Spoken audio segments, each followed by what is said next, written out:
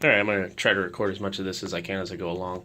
I'm trying to make a bandsaw mill from scratch out of scrap material that I've got mainly at my house, with a couple of exceptions. I did buy some hubs for the donut tires that I'll be using for my bands, for my carriage. Just two 16-inch spare tires. I think one's off of a Chevy Impala. I think one might be off of maybe old Cutlass Sierra, something like that. Spare tires I had laying around. I mean, obviously, just laying around in dirt. I got some pine 4x4. Now I am going to purchase a few things. I've already got one hub for one size rim. The other rim's a different size, so I've got it coming in the mail. These were $27 a piece. I've also got what they call a coupling clamp, which I would have called I don't know, an extended collar basically. But it's going to come along and it's going to sit here, 1 1/8 rod, and it's going to go to another rod, which is going to go through this frame that I'm making and attach on the other side with a bearing and a pulley, and which is then going to go to the engine. So I'm starting off obviously with making the frame. It's going to be a 4x4.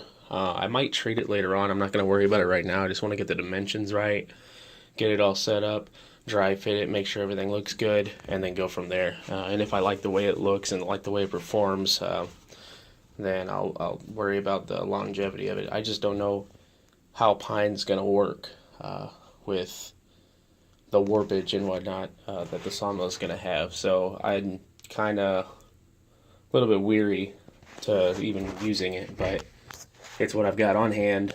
It was the cheapest way for me to start this project, so that's what I'm going to start with. Now, so far all I've done, I cut this down to basic size. Now, I do have a bunch of notes. I like taking notes so I keep track of things that I would forget otherwise.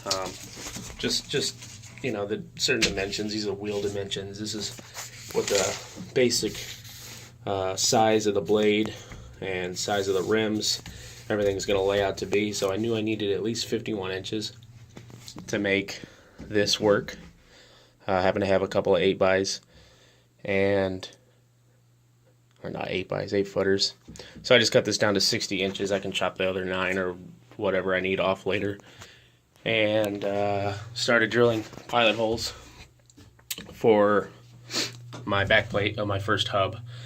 Now this is going to be the hub, and I've already taken it apart. I think it had I don't know what it was, a speed or a ABS something or other on the back of it, and I just took it off because I need the rod to be exposed so that I can stick a coupling on the end of it. I'm a little bit worried about these bearings, but I think since it's going to be in the wood, I can make on the other side, I can make a seal, and it shouldn't have too much debris going in it. Should work for what I need it for anyway. But I need to make 4 holes, which I've got the pilots for already, and all I did was draw in. It's right at 4 inches from one diagonal to the other, and I've got right in the center. I'm going to make, this is a 1 1/8 inch rather, and it's going to have a larger coupling, which will be in the mail tomorrow, going around it. So whatever size that coupling is, I'm going to probably make it about a 1/4 inch larger to give an 1/8 of an inch all the way around of play on the inside, and now I'm just going to make whatever size hole that's going to be right here, and it's going to go all the way through the other side. And then, like I said, on the other side I'm probably just going to have like a pillow block bearing going here to support it all with a collar, and then that's going to go to a pulley.